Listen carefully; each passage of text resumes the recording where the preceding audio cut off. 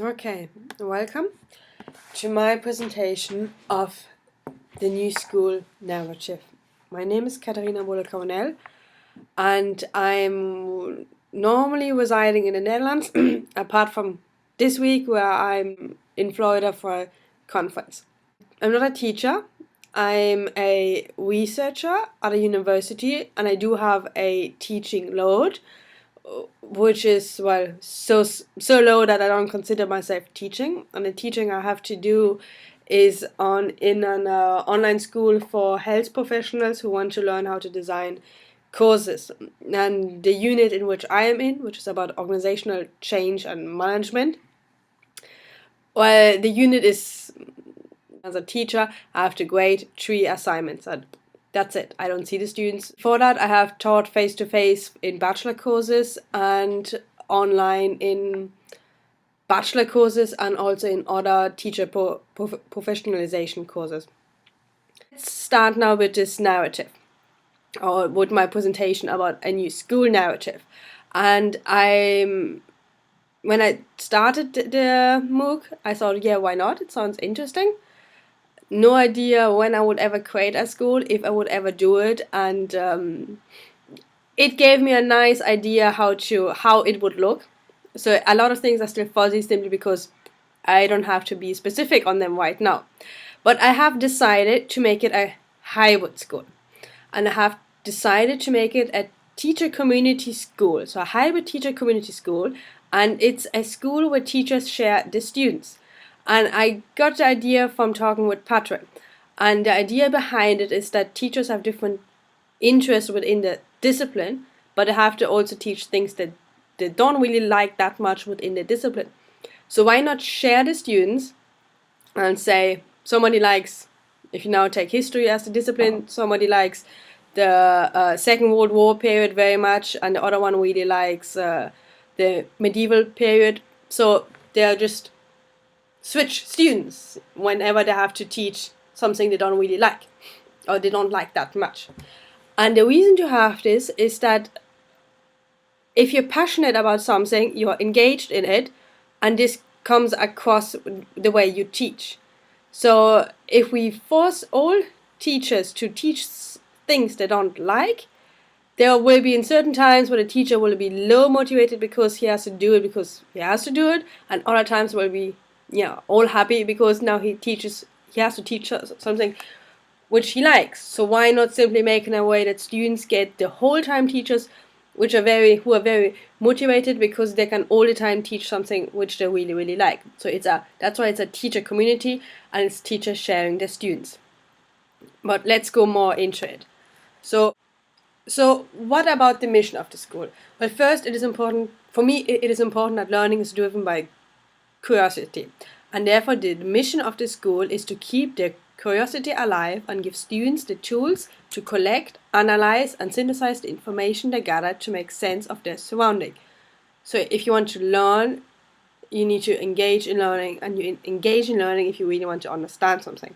And if you want to understand something, you need to collect the information about it, and from this you can really see that I'm a researcher and that I like to dig into things. But let's now enter the school I envisioned. And what do we find on a pedagogical aspect? Well, first, before I go into that, I want to reinforce again that the education that the hybrid school I envision, it is supplementary education. So we'll never offer the full curriculum, because then I just need to make sure that I have all the teachers, but the teachers join the community because they want to. And it will supplement the education the students will get at the physical school, or it will give students the education they cannot get at the physical school. So we have students with different ability levels who join it because they're really passionate about a certain topic, or because, well, the topic which is taught there is one which their teacher don't really want to teach, but which they can take in the online school. And because it is online, well, it's hybrid because they have some classes face-to-face with their traditional teacher, and then they have classes with the online teacher. So therefore it's hybrid, but it's a global student body. If we now look at the pedagogy of the school, well, here in Maastricht in the Netherlands, we call it problem-based learning, but a better word for it will be inquiry-based learning, or something where you really want to just inquire and find out of it. And so the knowledge the students gain, it comes from their own construction of finding the building blocks, of finding the information they need to understand a problem and putting them together in a way which makes sense of their world.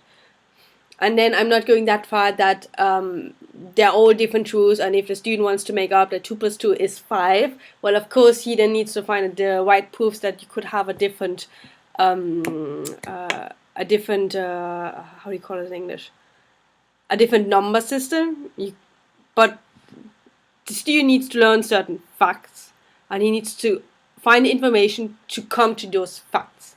And then the problems on which they work need to be authentic, and then ideally they need to be driven by their own, what they see in their own community. So if there's now a student who sees that they have problems with water supply in the summer, he or she wants to figure out why and how this can be solved, and then that's where the courses come in. Now, going to the teachers, as teachers share the students,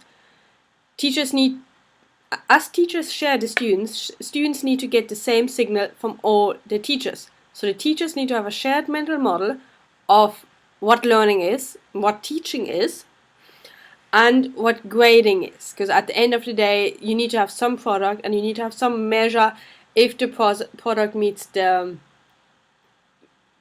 goals the teacher put for that course. And what is also important for this aspect of the new school is that great learning experiences, we do have great learning experience because we had great teachers. If you read through the post of week 1, where we had to reflect on our own school, it all boiled down to, I remember this, and I really liked this, and I enjoyed this because of the teacher. That's why the teachers of this hybrid school need to feel that this is theirs. Because if you own the teaching in a not a possessive way, but in a way that you feel this is my work, I can change it if I want to change it. I have the freedom to adapt my teaching to my needs. But if I do something wrong, I'm not directly kicked out. So you need to have freedom, and you need to have psychological safety. So you need to feel safe to do risk. Then you create ownership within the teachers to own their teaching and to own the subject and to own what they want to do with the students. As the research process, or as the teaching process in this school is based on research, the teacher, next to being a subject matter expert, also needs to be a research coach. So he or she needs to know how research happens and what you need to do for it, what are different research methods.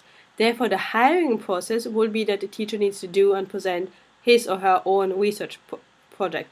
Because through that, you could see if the teacher still, how much passion the teacher has in his or her own subject, and if he or she is able to actually collect, synthesize, and analyze information.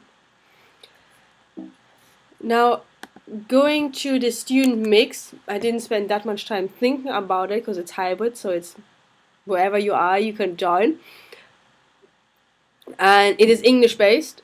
So first thing which came into mind were countries where the native language is English. Of course, people who just want to follow a course in English could just also join.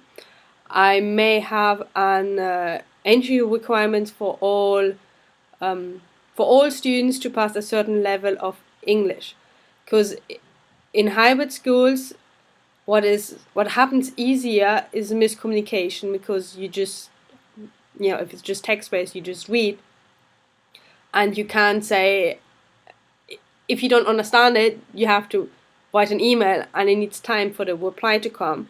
So everything needs to be very, very explicit and clear. Everything written needs to be very explicit and clear, and every student needs to understand it also without having to ask, what does this word mean? And this also brings me to a point I have so it will be a global student body and an entry requirement in English, so that to make sure that everybody speaks their right level. is fluent in English. Before I go to the neighborhood, I just want to quickly touch upon the aspect of facility. At my university, we use the learning management system of Blackboard. I don't know who is familiar with it, but it's not teacher friendly and it's not student friendly, and it's the only reason we have it. It's because they more or less have a monopoly on learning management system, and all the universities in the Netherlands have Blackboard. So the learning management system operator within the universities, to talk with each other, say, oh, hey, yeah, we took Blackboard, yeah, okay, let's take Blackboard, because then if there's a problem, you can talk with your colleague, understandable, fair, but I don't like it, and I have not yet found a teacher who likes to work with it. So I think the main problem is to find something which I like and which students would like, which is easy to understand and which is not cumbersome. And I have seen via the blog of Broken Airplane a learning management system made for project-based learning, and it sounds and looks very interesting from what I've seen. And of course, well, then you have the facility cost with regard to the technical platform. The nice thing would be that it is maintained by somebody outside, so that I don't really have to think about it. So that the only thing I, as principal of that school, would have to do is to just more focus on the teachers and the facility design. I don't have to consider a lot. And one thing which needs to be in that school is that every subject, every course or every project begins with face-to-face, so with synchronous meetings. And why? Because you need to create a community. And you can't really create it with text. Even if you use pictures and emoticons and, speak informal, it's just not the same. And we have tried it with just text-based in some summer courses, having like sort of a cafe area within the online school. No, it's not the way to do. It's not the way to go. And you should have, every course needs to begin with a face-to-face meeting, and it needs to have, and it should end with a face-to-face meeting. With face-to-face, I mean simply synchronous communication, and that's a must. And well, it will be really nice if it's once a year everybody comes together at the same spot.